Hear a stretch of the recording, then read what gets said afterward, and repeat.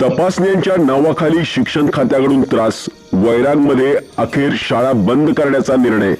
त्यामुळे पालक विद्यार्थी आक्रमक, त्यांनीच दिलाय आंदोलनाचा इशारा। वारंवार होत असलेल्या तपासण्यांमुळे त्रस्त होऊन संस्थेच्या अध्यक्षांनीच शाळा बंद करण्याचा निर्णय घेतल्यामुळे वैरागमध्ये पालक, विद्यार्थी व शिक्षकांचा संताप उसळला आहे। या निर्णयामुळे विद्यार्थ्यांच्या भवितव्याबाबत चिंता निर्माण झाली असून संतप्त पालक व विद्यार्थ्यांनी तात्काळ हस्तक्षेपाची मागणी करीत तीव्र आंदोलनाचा इशारा दिला आहे। याच पार्श्वभूमीवर त्यांनी वैराग पोलीस ठाणे गाठत आपली व्यथा मांडली असून एका निवेदनाद्वारे जिल्हाधिकाऱ्यांपर्यंत आपली मागणी पोहोचवण्याची विनंती केली आहे।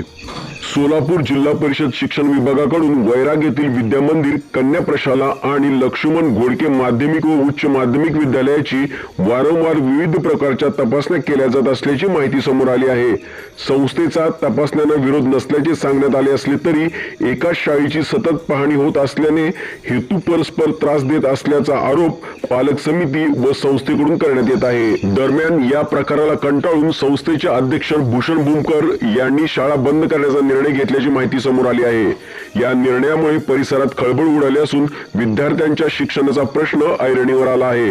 या विरोधात पालकांनी एकत्र येत शाळा बचाव कृती समिती स्थापन केली असून जिल्हाधिकाऱ्यांकडे निवेदन सादर करण्यात आले आहे। तसेच या निवेदनाची प्रत वैराग पोलीस ठाण्यामध्ये विद्यार्थ्यांसमवेत जाऊन पालकांनी दिली आहे। निवेदनात वारंवार तपासण्यावर नियंत्रण ठेवण्याची मागणी करण्यात आली असून शाळेतील शैक्षणिक वातावरण पूर्ववत करण्यासाठी तात्काळ पावले उचलावीत, शिक्षकांवरील ताण कमी करावा व विद्यार्थ्यांचे नुकसान टाळावे अशी मागणी करण्यात आली आहे। माननीय शिक्षणाधिकारी सोलापूर यांच्या वारंवार तपासण्या होऊ द्या, तपासण्या त्याबद्दल आमचा विरोध नाही आहे। वर्षातून 6 वेळेस वार्षिक तपासणी होऊ द्या, परंतु त्या करत असताना आपल्या बार्शी तालुक्यातील इतर जी शाळा आहेत त्यांच्या किती वेळ तपासणी झाल्या, त्यांच्यापासून आमच्या 6 वेळेस झाल्या, त्यांच्या कमीत कमी 4, 5, 3 वेळेस तर होऊ द्यायला पाहिजे का नाही। त्या शाळेकडे हे फिरकत सुद्धा नाहीत आणि आमच्या शाळेकडे साधारण जे वैरागच्या कन्या प्रशालेकडे विनाकारण त्रास। आता शिक्षण अधिकाऱ्यांनी आल्यानंतर त्या विद्यार्थ्यांना विचारला पाहिजे, मग तुला पुस्तकं मिळालेत का, तर मुलींनी उत्तरं देवा, प्रश्न विचारा, बाबा आम्हाला पुस्तकच मिळालं नाही, तर शिक्षण अधिकारी गप्प बसतात।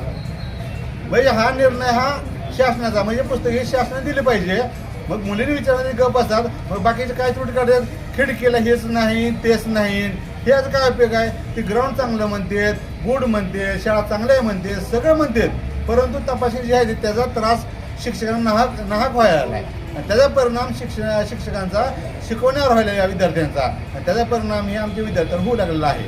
मग विद्यामंदिर कन्या प्रसारच्या वतीने पालक वर्गाने या ठिकाणी मान्य जिल्हाधिकारी यांच्याकरता निवेदन दिलेलं आहे।